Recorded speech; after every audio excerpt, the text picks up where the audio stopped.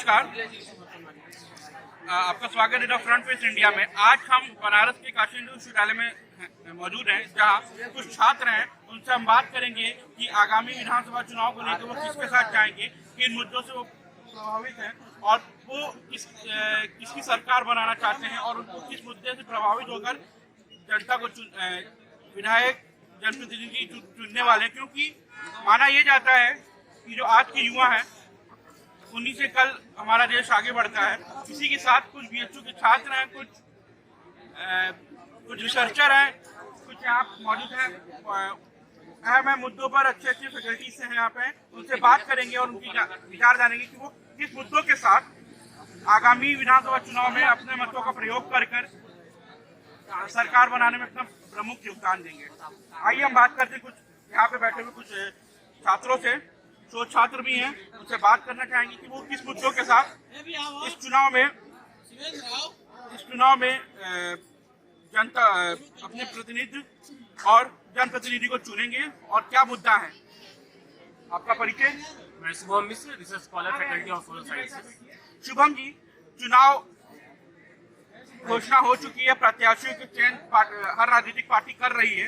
ये जानना अहम होगा कि आप इस चुनाव में युवा हैं और रिसर्चर भी हैं, तो आपने सब विभाग से जाना होगा, रिसर्च कर रहे हैं। तो इस चुनाव में आप किसके साथ जाना चाहेंगे, किस मुद्दों से आप प्रभावित हैं कि आप चाहते हैं कि उसकी सरकार बने? देखिए, इन चुनावों में मैं राष्ट्रवाद के साथ जाना चाहूँगा, राष्ट्रहित के साथ जाना चाहूँगा और भारत को एक अग्रिम पंक्ति में लाने वाले दल के साथ मैं जाना चाहूँगा। लेकिन छात्र होने के नाते अपने भी हमारे कुछ मुद्दे हैं। आप अगर कुछ महीनों पूर्व देखेंगे तो टैबलेट योजना, लैपटॉप योजना लेके आई थी उत्तर प्रदेश सरकार, लेकिन इससे केंद्रीय विश्वविद्यालयों को इन्होंने बाहर रखा हुआ था। अब मुझे ये समझ में नहीं आता कि इन्होंने केंद्रीय विश्वविद्यालयों को बाहर क्यों रखा, जबकि केंद्रीय विश्वविद्यालय उत्तर प्रदेश की भूमि पर ही स्थित है और कुछ वहाँ के छात्र यहाँ पर भी उत्तर प्रदेश के ही निवासी स्थायी हैं, उनको इस टैबलेट योजना से वंचित किया गया था। कुछ क्षणों बाद इसमें सुधार किया गया है, तब भी इसमें शोध छात्रों को शामिल नहीं किया गया। केवल इसमें बीए और पीजी के विद्यार्थी शामिल हैं, शोध छात्र इसमें शामिल नहीं है। तो मेरी ये मांग है कि इसमें शोध छात्रों को भी शामिल किया जाए, क्योंकि वो भी एक वोटर है, वो भी एक पढ़ने वाला छात्र होता है। क्या आपने जो लैपटॉप की योजना या टैबलेट की योजना, इसको लेकर क्या आपने यूनिवर्सिटी में किसी अपर अधिकारी या डीन से आपने इससे रिलेटेड कुछ बात की, अपना समस्याओं ने सुनाई, उनका क्या कहना है?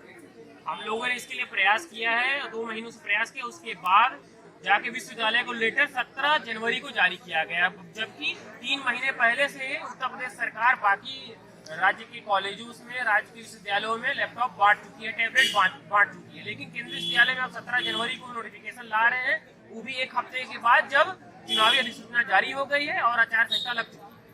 तो ये यहाँ अब सरकार की गलतियां तो हम मानेंगे नहीं, यहाँ तो विश्वविद्यालय कहीं ना कहीं की कमी है कि उन्होंने लेट होने के साथ साथ उन्होंने नाम आगे नहीं भेजा सरकार को, जिससे चयनित नहीं हो पाया। सरकार ने पहले तो इसमें शामिल ही नहीं किया केंद्रीय विश्वविद्यालयों की। इसमें विश्वविद्यालय की कहाँ से गलती हो गई? जब राज्य सरकार शामिल करेगी विश्वविद्यालयों को, तब न विश्वविद्यालय आगे कुछ काम करेंगे। विश्वविद्यालय को जब शामिल ही नहीं किया गया तो कहाँ से कार्य होगा आगे? परंतु ये देखा जाता है, अगर विश्वविद्यालय अपनी बात सरकार को रखती है तो कहीं ना कहीं अगर विश्वविद्यालय अपनी बात रखती है तो सरकार इसको सोचती और उस पर अपने विचार करके उसको एड ऑन करती है। पर आप सीधी अब सरकार पे हैं, तो आप युवा हैं, तो आपका मानना ना मानना सब बराबर माना जाएगा यहाँ पे, क्योंकि आप युवा वोटर हैं। और आज के समय में हम बताना चाहेंगे, यहाँ पे अलग अलग लोग हैं, उनकी सोच अलग है, पर शुरुआत लैपटॉप से हो गई। अब बात इसके आगे बढ़ते हैं कि लैपटॉप टैबलेट सब है, पढ़ाई का साधन हुई। इधर बीच कोरोना में लैपटॉप और टैबलेट्स पे ज्यादा फोकस हो चुका है, तो शायद ये भी माना जाए कि वोटर्स को, युवाओं को लुभाने के लिए सरकार ने लैपटॉप और टैबलेट बांटने का निर्णय लिया, जिससे कि उन्हें लगे कि उनको वोट कहीं ना कहीं से युवाओं को मिल सकता है। हमारे साथ एक छात्र एक और है, जानते हैं कि वो किस चीज को सोच के किए हैं। शायद अभी कुछ देर पहले सुनने में आया कि इनकी सरकार से कुछ अनबन बन चुकी है या इनके साथ कुछ इनकी व्यक्तिगत समस्याएं हैं जिससे वो बहुत दुखी हुई है। हम पहुंचे तो पता चला कि शायद इनके साथ कोई दिक्कत था और ये इस मुद्दे को सोशल मीडिया साइट के माध्यम से समस्या को रखते हुए दिख रहे हैं। तो मैं हम जानना चाहेंगे कि उनकी वास्तविकता में क्या दिक्कत है, वो किस तरीके से अपने उस समस्या का समाधान के लिए हेल्प लेंगे या किस तरीके से क्या है उनका। हमने एकासी विद्यालय के छात्रों को लैपटॉप योजना बनानी शुरू की। इसमें कोई विश्वविद्यालय की गलती नहीं, इसमें सरकार की जो भी सरकार के जो व्यवस्थाओं को देख रहे हैं लैपटॉप योजना उनकी जिम्मेदारी है। विश्वविद्यालय की कहीं से इसमें जिम्मेदारी नहीं है। वो तय करेंगे कौन से केंद्रीय विश्वविद्यालय को देना है, कहाँ कौन से विश्वविद्यालय में जाना चाहिए। जब महाविद्यालय आपको याद है, क्योंकि महाविद्यालय गाँव क्षेत्र में पढ़ते याद है, अब विश्वविद्यालय आपको नहीं याद है। इसलिए नहीं याद है क्योंकि सेंट्रल उसको फंडिंग करता है। तो दोहरे नीति तो आप अपना रहे, अखबार है कि विश्वविद्यालय की जिम्मेदारी। क्यों भाई, ये विश्वविद्यालय की जिम्मेदारी है। और दूसरी बात जो आपने कहा कि आपकी सरकार से कोई अनुमान नहीं है। जो देखिए, जो कोई भी सिस्टम आता है, कोई भी काम आम आदमी ही काम करता है। किसी की भी सरकार बने, यहाँ विश्वविद्यालय में तो कर्मचारी तो वही रहेंगे ना, अधिकारी तो वही रहेंगे ना। तो काम तो उन्हीं को करना, चाहे कि सरकार कितनी भी अच्छी आ जाए। काम तो आम आदमी जो है उस पोस्ट में वही करेंगे। जिम्मेदारी उनकी है, उनकी जिम्मेदारी नहीं तय हो पा रही है, वो काम नहीं कर रहे। तो सरकार को यह कि टाइट होना पड़ेगा, अधिकारियों को चापना पड़ेगा। सीधा सा ये बनारसी भाषा में तो अधिकारियों को चापना पड़ेगा और उनको बताना पड़ेगा कि काम कैसे किया जाता है। बनारसी भाषा में चापना पड़ेगा। पर अध्यक्ष जी, अभी कुछ दिन पहले देखा गया कि केंद्रीय कार्यालय पर छात्रों ने, छात्र का एक संगठन वो किसी मुद्दों के साथ धरना पे बैठा हुआ था और वो धरना 10 सूत्री मांग को लेकर उन्होंने अपना ज्ञापन कुलपति कार्यालय में जाकर दिया। उसपे क्या दिक्कत है, क्यों छात्रों ने दिया? आप शोध छात्र हैं, आप यहाँ से पुराने हैं छात्र, तो आप क्या समझते हैं, उसको किस तरीके से आप लेते हैं? देखिए, काशी हमारे साथ और भी छात्र मौजूद हैं, हम उनसे जानेंगे क्या उनकी दिक्कतें हैं। जैसे कि अभी एक छात्र ने बताया कि कुलपति से उनको निराश है, वो कुलपति के व्यवहार से थोड़ा दुखी दिखाई दे रहे थे। तो ऐसी बातों को आगे चर्चा को बढ़ाते हुए यहाँ पे और छात्र हैं, उनसे बात जानेंगे कि उनकी जो समस्याएं हैं या उनका जो कुलपति से है, जो विश्वविद्यालय प्रशासन से है, उसके अलावा देखते हुए चुनाव में वो किस तरह से इसको चुनेंगे और क्या अपने चीजों को लेकर वो प्रभावित हैं या उन्हें जो चीज अच्छी लगी सरकार के प्रति वो वोट देंगे।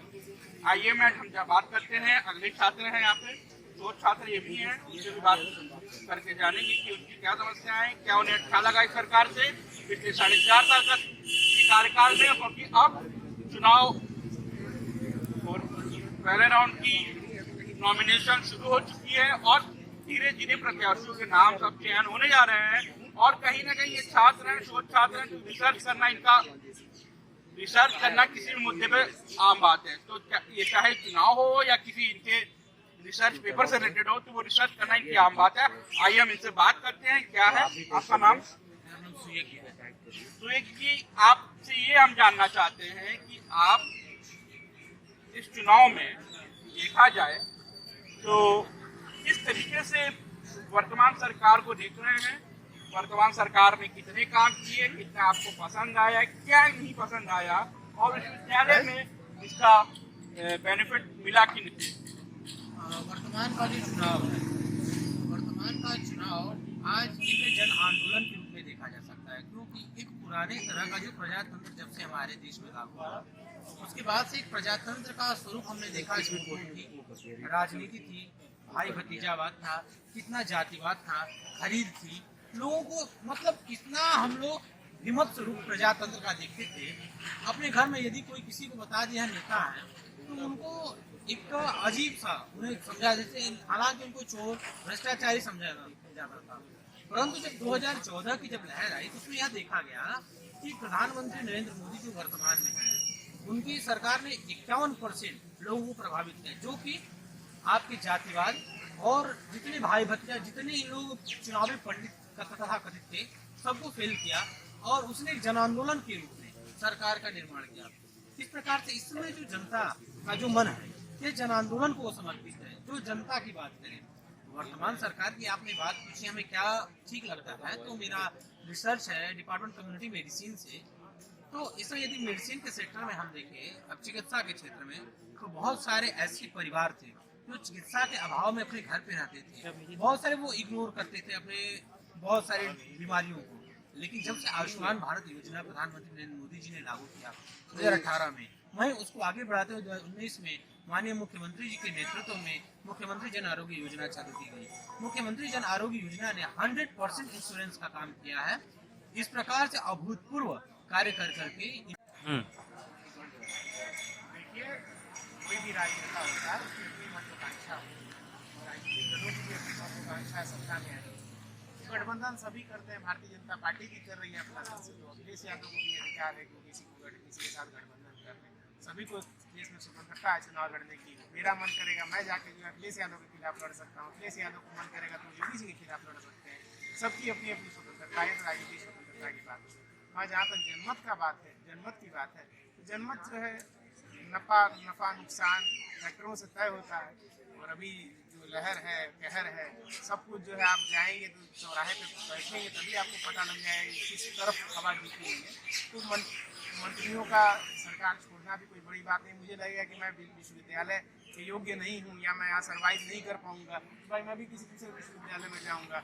या मुझे लगेगा कि हाँ, मैं मेरे अनुसार जो विश्वविद्यालय नहीं है, मुझे और कहीं आगे जाना है, तो मैं कहीं और आगे जाऊँगा। तो ये मेरी स्वतंत्रता है, ये स्वामी प्रसाद मौर्य जी की स्वतंत्रता है कि वो कहाँ जाते हैं। हाँ, हो सकता है भाई उनकी खिचड़ी नहीं पक पा रही हो या वो कहीं और खिचड़ी पकाना चाहते हो, दोनों स्थितियाँ हैं। अब ये तो वही बेहतर बता सकते हैं। खिचड़ी रही बात खिचड़ी बनने की, जैसा इन्होंने कहा, तो उनकी बेटी का वर्तमान में भाजपा से वो सांसद हैं और उनका एक बयान आता है कि हमारे पिताजी का राय कुछ अलग है, वो कुछ अलग है। तो क्या देखा जाए कि राजनीति में अंदर अंदर कहीं ना कहीं परिवार टूटते हुए दिख रहे हैं, कहीं ना कहीं परिवार टूटते हुए दिख रहे हैं। समाज का एक बात होता है कि परिवार एकजुट रहेगा तो हम अच्छा कार्य करेंगे। तो उस पर श्रद्धांजलि जी आपका क्या कहना है? देखिए, जहाँ महत्वाकांक्षाएं रहती हैं वहाँ परिवार समाज सब टूटते हैं। सवाल महत्वाकांक्षाओं का, जहाँ जिसकी महत्वाकांक्षाएं सिद्ध होती है वो वहाँ रहता है। क्योंकि जो पुत्री जी है उनकी महत्वाकांक्षाएं, चूँकि वो 24 तक सांसद बनी हुई हैं, तो उनकी महत्वाकांक्षाएं भारतीय जनता पार्टी में रहेंगी। उनको लगता है कि भाई अगर हम इस्तीफा देंगे, अगर वो ज्वाइन करेंगी तो उनको इस्तीफा देना होगा। इस्तीफा नहीं देंगी तो जो उनकी सदस्यता चली जाएगी, फिर भी 6 महीने में उनको चुनाव फेस करने पड़ेंगे। हो सकता है भाई उनको लगता हो कि मैं चुनाव हार जाऊंगी, या उनका अंतरात्मा ये जागृत हो कि भारतीय जनता पार्टी में ही मैं सुरक्षित हूँ, ये भी हो सकता है। इसलिए दोनों परिस्थितियां तो वही बेहतर बता पाएंगे। और ये पिता पुत्र का क्या संबंध, यहाँ तो हत्याएं हो जाती हैं, अपने परिवार में जो है खून बह जाते हैं रिश्तों में, राजनीतिक महत्वाकांक्षाओं को लेकर। ये कोई बड़ी बात थोड़ी ना है कि अगर उनकी बेटी जो है, हो सकता है उनकी पत्नी कहीं और हो, बेटा कहीं और हो, खुद और कहीं और, ये सब बात